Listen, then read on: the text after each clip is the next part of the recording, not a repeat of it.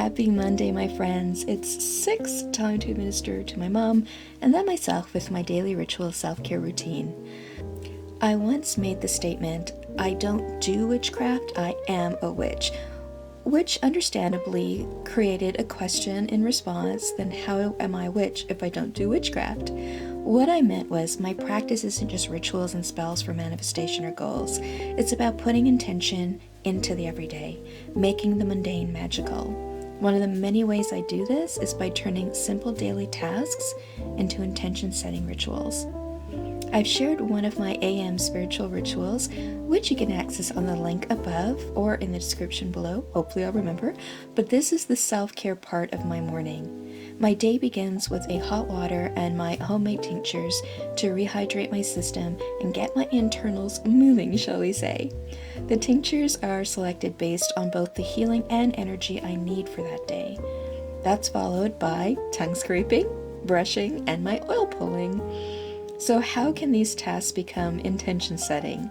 Well, I'm definitely not going to demonstrate, but let's go for a walk and talk and I'll explain.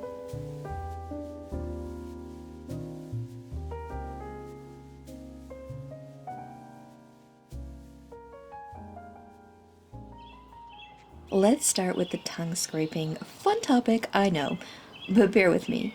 I used to watch my grands do this completely fascinated and a little gaggy, won't lie, because my mom didn't continue the tradition, so I wasn't used to seeing it done. It's part of Ayurveda and my Indian heritage. The science behind the process is to remove the white film that forms on our tongue as we sleep. My studies taught me that this is called alma, and it's basically the toxins in our body being released via our mouth through our tongue as we sleep overnight. We may be sleeping, but our bodies sure aren't. To me, the toxins in our body definitely translate to energy, obviously negative energy that needs to be removed. That's where intentions begin to be set. As I scrape away the physical toxins, I ask the spirits to scrape away the potential for toxic words to be spoken in anger, impatience, or even hate. When doing the coconut pull, which is yet another way to draw toxins from the body, I repeat the process, but this time I ask Spirit to pull and release any negative energies within my body energy field, from within and without, including attachments that may drain my own energy. Coconut doesn't just purify, it coats and protects, so I work with this energy in all of these ways. In this simple way, I've taken 2 self-care morning tasks that might be a little messy and yes, gag-worthy, and reshaped them into ritual, bringing honor in the doing. The main takeaway is this. As you are doing a mundane daily task such as self-care, you can mentally and spiritually be present and take that task to an intention-setting level. I am curious if any of you do something similar with your morning brushing, or if you might consider it now. As much as I truly do love a good walk in the rain, time is a tickin'. I've got some work to do at the computer, and then later on we are going for a little shop, and that is going to give me the opportunity to share my grocery blessing ritual with you.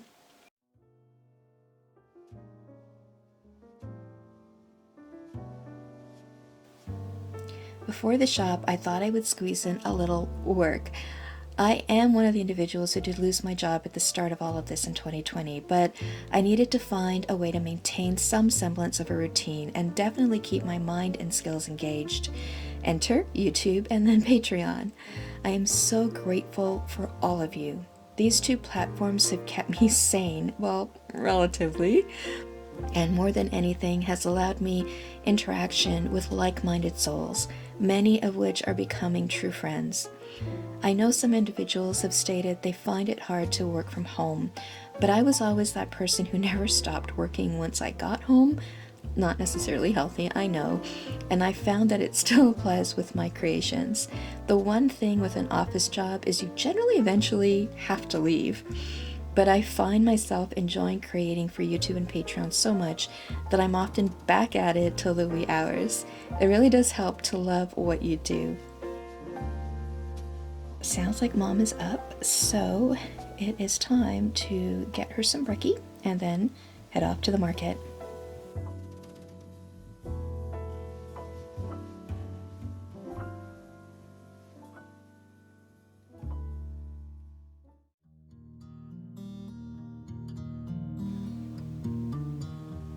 I know individuals are usually curious, and I am at times asked if I am, or why I'm not, vegetarian or vegan. I have many friends who are, and I highly respect their choice. As you will see in this video, I am not. But what you will also see is why and how much honor and respect I show to all the lives that are given to sustain me, plant and animal. My path is animist in nature, which means that the same life force and consciousness most attribute to just animals, I also attribute 100% to plants.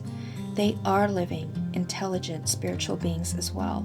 So when I bring home my groceries, what I refer to as part of my bringing home the bones practice, I honor both flora and fauna for the sacrifice made to sustain me. In my spring equinox video, I explained that while I didn't previously have a gratitude journal, I tried to live my life in a way that showed gratitude through actions. This little grocery gratitude ritual is one of those ways. When I select my meat, there is very strict criteria that have to be in place. The cost is significantly higher because of this, and as a result, I actually don't eat as much of it because I simply can't afford to, but it's worth the financial sacrifice to ensure that no hormones were added, it's non-GMO, free-range, grass-fed, and ethically killed. Yep, there are actually farms that are certified in how they do this, which is really great to see. While many may not understand my choices, I can honor and respect that, but I truly hope that my choices will also be honored as well. If you're interested in adding this simple blessing into your life, I have included the grocery blessing prayer in the description below. This prayer is a simplified version of a full ritual that I created for actually bringing home the bones, which I spirit crafted as a call for forgiveness, healing, blessing, and release for found items such as feathers and shells, or purchased items such as drums, rattles, bones, and skulls. As an urban dweller, I won't likely come across such gifts naturally, so the ritual became even more important in my practice. The full ritual will be shared in Sacred Space on Patreon with the Hedge Witch level. I hope you find it helpful in your journey. The PDF version of this ritual, in addition to being in the description, will be available as a public offering on Patreon, which means anybody can go and download it. Well, I best get on with dinner, but I wanted to thank you for spending the day with me. I personally love rainy days and Mondays, or any days. They don't get me down at all. As you will be hopefully watching this on the weekend, I hope you had an amazing week and a beautiful start to your Saturday.